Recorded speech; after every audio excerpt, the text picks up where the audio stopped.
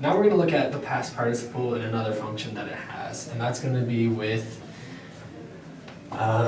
being an adjective. So the past participle actually is a very good tool for, it tends to be used a lot as an adjective. Okay? It's ado form, and it's really nice because it's easy to switch up.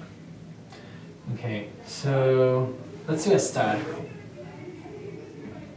Okay, so this one we have to be a little careful with because not all adjectives are past participles, but a lot of past participles can be used as an adjective. Okay. Okay? Okay. So, can you describe something about yourself using estar really quick, and let's see if we can find one that would work as a past participle. Can I do like I am hungry? Because it's like. That one Or is wouldn't that be more- estar, that's a tener word. Okay. Tengo Oh yeah. Okay. Okay. I am hot. Is that because it's like more of a, or would that be tener as well? No, that's a good estar one. Unfortunately, the hot part isn't derived from a verb, so it's not a past participle. Oh.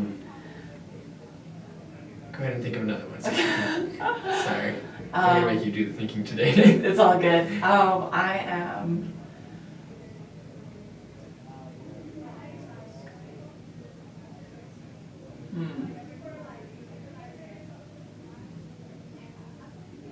Because would happy if I just said I'm happy? That's another I have. That's another one without past participle, but good. Oh man, this is hard. Soy estar. I am.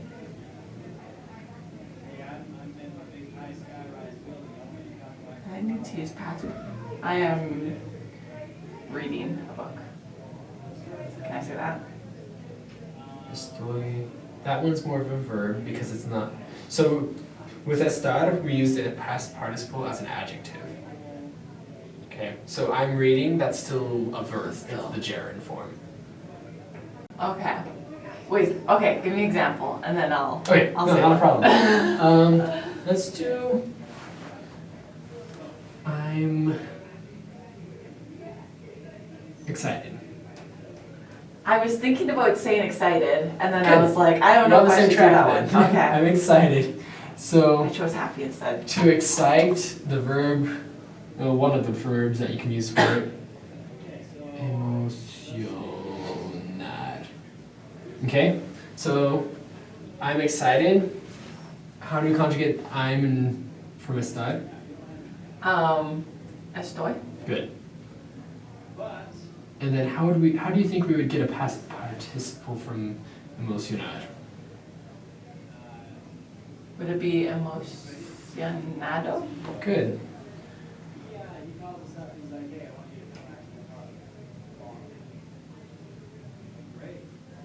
Okay, so that one would work for me. How about for you? How does that look?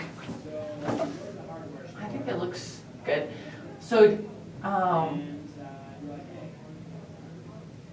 it's because there's the ed at the end. That's why we're using the past Good. participle, right?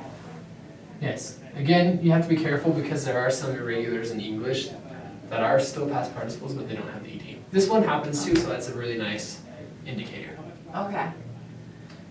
Okay. In this case, we are using emocionado as an adjective, though. And what do we know about adjectives and the things they modify? I can't remember. Okay, so adjectives agree in number and gender with the noun Oh. that they modify, right? Yeah. So if you were to say this, what would we have to change? Would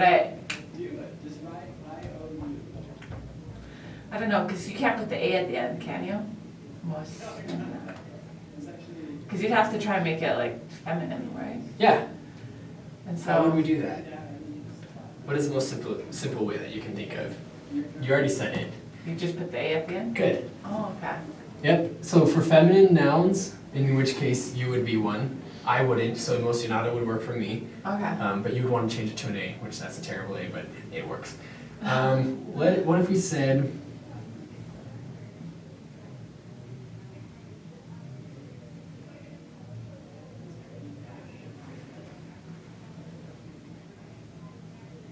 Esas chicas están in, and then how would you say that last word? Emocionadas. Okay, so what do we have to add to it? There's an S. Good. Why do we add the S? Because it's chicas, so there's Good. more than It's plural, Plural, and yeah. it's masculine or feminine? feminine. Good.